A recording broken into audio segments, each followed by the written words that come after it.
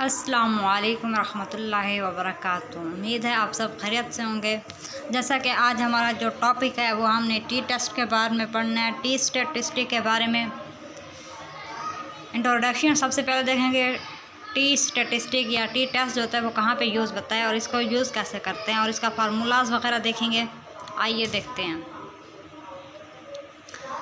T-test is used to test hypotheses about means when the population variance is unknown, closely related to z, the unit normal। यहाँ पे ये कहते हैं कि T test जो होता है वो हाइपोथेसिस को टेस्ट करने के लिए इस्तेमाल किया जाता है जब पॉपुलेशन वेरिएंस जो होती है अननोन हो, मालूम ना हो। टी टेस्ट जो है वो बिल्कुल जी स्कोर की तरह फाइंड किया जाता है। T statistic allow researcher to use sample data to test hypothesis about an unknown population means. T statistic जो है वो रिसर्चर इसलिए यूज़ करते हैं कि यह जो टेस्ट हाइपोथेसिस होता है ये उनको फाइंड करते हैं किसकी बेस पे, सैम्पल डेटा की बेस पे यूज़ करते हैं और अननोन पॉपुलेशन का मीन फाइंड आउट करने के लिए। Particularly advantage of the t-statistic is that t-statistic does not require any knowledge of the population standard deviation।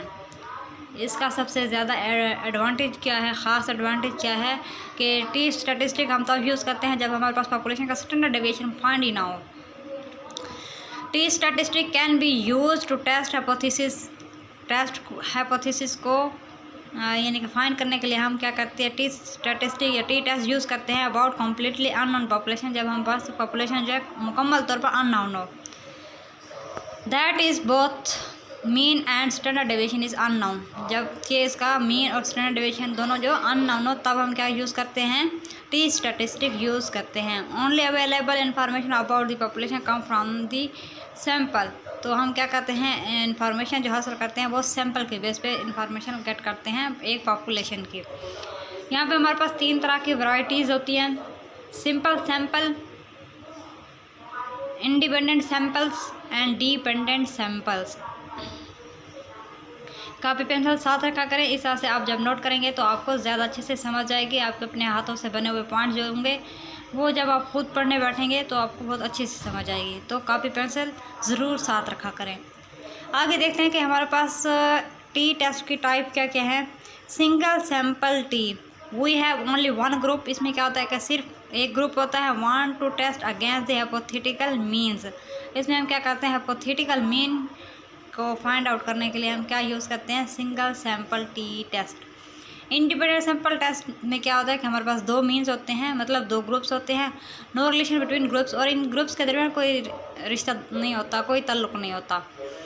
People randomly assign to a single group, लोग जो होते हैं उनको क्या किया जाता है, एक सिंगल ग्रुप जो होता है वो असाइन किया जाता है रैंडमली।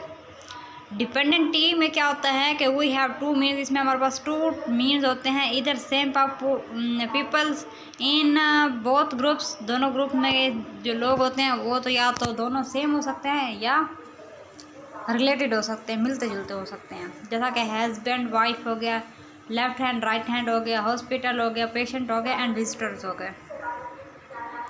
अगर हमारे पास आ जाता है कि T statistic is use instead of Z score for hypothesis testing when the population standard deviation is unknown.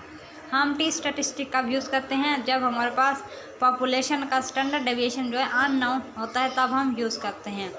To compute the t statistic you must first calculate the sample variance. सबसे पहले आप क्या करते हैं, सैम्पल वेरियंस फाइंड आउट करते हैं, किसके लिए, टी स्टैटिस्टिक के लिए। As a substitute for unknown population values, population unknown population की वैल्यूज़ फाइंड आउट करने के लिए। सैम्पल वेरिएंस का फार्मूला क्या है, S S divided by D F. S S mean क्या होता है कि हमारे पास sum of standard deviation divided by D F, मतलब उसका डिग्री ऑफ फ्रीडम। जब आप सैम्पल वेरिएंस फाइंड आउट कर लेंगे उसके बाद आपने दूसरा स्टेप क्या फाइंड करना है, एस्टिमेटेड स्टैंडर्ड एरर फाइंड करना है, किसके लिए, टी टेस्ट के लिए। टी टेस्ट के लिए सबसे पहला स्टेप क्या करना है, सैम्पल वेरिएंस फाइंड करना है, फिर आपने एस्टिमेटेड स्टैंडर्ड एरर जो है वो फाइंड करना है। उसका फार्मूला क्या है, S M is equal to sample variance का square whole under root divided by number का under root. Estimated standard error and t test whenever a sample is obtained from a population, you accept to find some discrepancy or error between the sample mean and the population mean.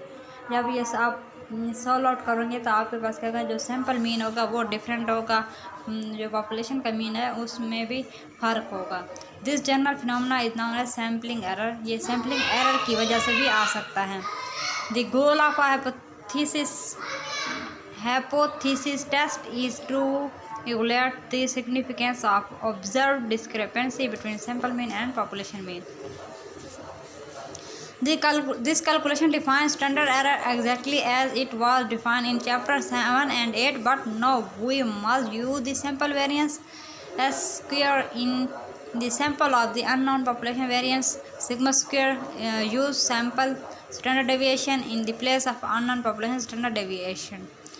The resulting formula for estimated error is Sm is equal to x square divided by n, और Sm is equal to s divided by n under root. जैसे कि हमने पीछे formula पढ़ा था, under root से वो यानी कि कैंसिल हो जाएगा, s का स्क्वायर तो s आ जाएगा, डिवाइडेड बाय n का अंडर रूट ही आ जाएगा.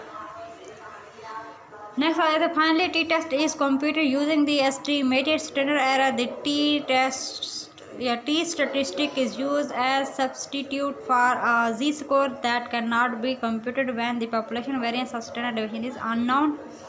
t is equal to obtain difference divided by standard error. मतलब ऑब्टेन डिफरेंस से मुराद क्या है, सैंपल का mean minus population mean divided by S M यानी कि standard error.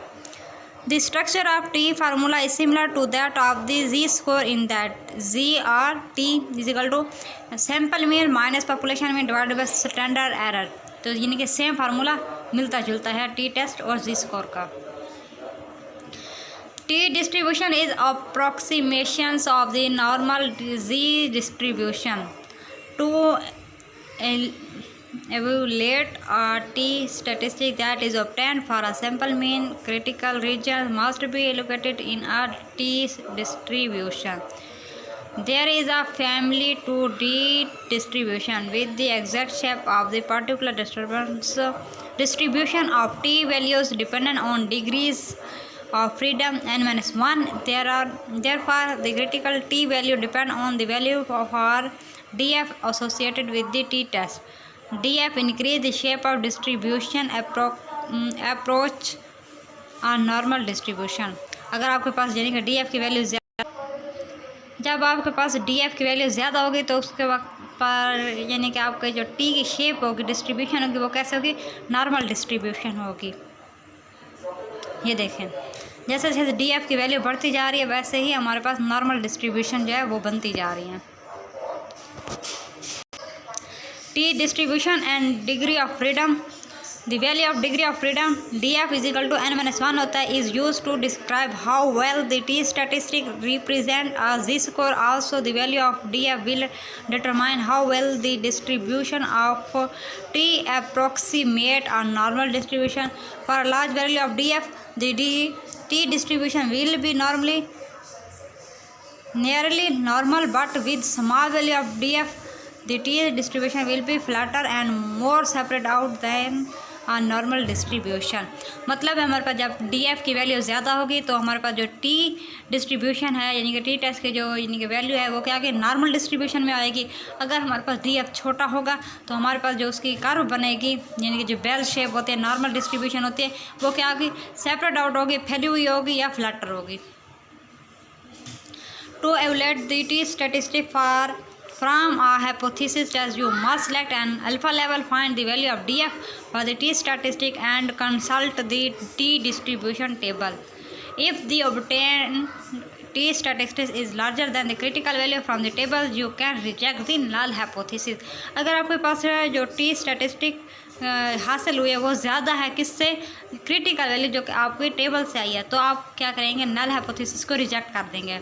In this case you have denominated that the obtained difference between data and the hypothesis nominator of the ratio is significantly larger than the difference that would be extant if there was no treatment effect. The standard error is in the denominator.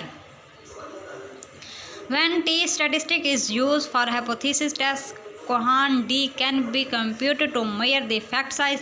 यानी कि हमने जब effect size find out करना है तो हम क्या करते हैं, कोहान डी जो है उसको यूज़ करते हैं। कोहान डी इसका फार्मूला क्या है, mean difference divided by standard deviation, M minus mu divided by S. M से मुराद क्या है, पॉपुलेशन का मीन माइनस एम मतलब सैम्पल मीन होता है, minus mu population mean divided by S यानी कि स्टैंडर्ड डेविएशन होता है हमारे पास।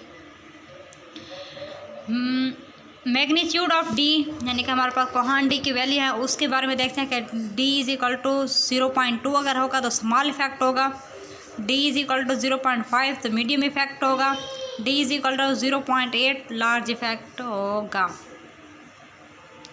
Second measurement of effect size is r square which measures the percentage of variability that is accounted for by the treatment effect. The value is computed as follows: r square is equal to t square divided by t square plus df। मतलब यहाँ पे हम क्या करेंगे, जो हमारे पास t की value आएगी उसका स्क्वायर लेंगे, डिवाइड कर देंगे t के स्क्वायर से, उसके अंदर क्या करेंगे df को पुट कर देंगे यानी कि प्लस कर देंगे, और जो हमारे पास वैल्यू होगी r स्क्वायर होगा।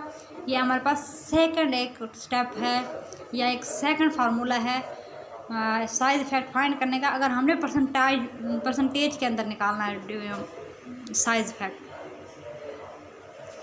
इसकी वैल्यू देखते हैं, percentage of variance explain r square is equal to 0.01 small effect होता है, r square is equal to 0.09 medium effect होता है, और r square is equal to 0.25 large effect होता है। आगे आ जाता है हमारे पास hypothesis test with the T statistic. The hypothesis test with r t statistic follows the same 4 step procedure that was use with z score test. सबसे पहले आपने क्या करना है कि state the hypothesis and select a value of alpha. तो इसमें आपने क्या करना है, सबसे पहले आपने हाइपोथेसिस बना लेना है, फिर उसके बाद आपने अल्फ़ा लेवल जो है वो सिलेक्ट करना है। The null hypothesis always state a specific value for mean located the critical region. फिर उसके बाद सेकंड पॉइंट क्या आ जाएगा, आपने क्रिटिकल रीजन को देखना है। You must find the value for D F and use the T distribution table. Third पे आपने क्या करना है, कैलकुलेट दी टेस्ट स्टैटिस्टिक, आपने सारी कैलकुलेशन वगैरह करनी है। लास्ट पे आपके पास 4 पॉइंट जो होता है उसमें आपने क्या करना है कि मेक अ डिसीजन, आपने डिसीजन करना होता है इधर रिजेक्ट और fail to reject the null hypothesis, या तो आपने नल हाइपोथेसिस को रिजेक्ट करना होता है या आपने फेल करना होता है। इंशाल्लाह उम्मीद है आपको बहुत अच्छे से समझ आई होगी। चैनल को सब्सक्राइब और लाइक करना बिल्कुल ना भूलें। Thank you for watching. अपना बहुत सा ख्याल रखें। अल्लाह हाफिज़।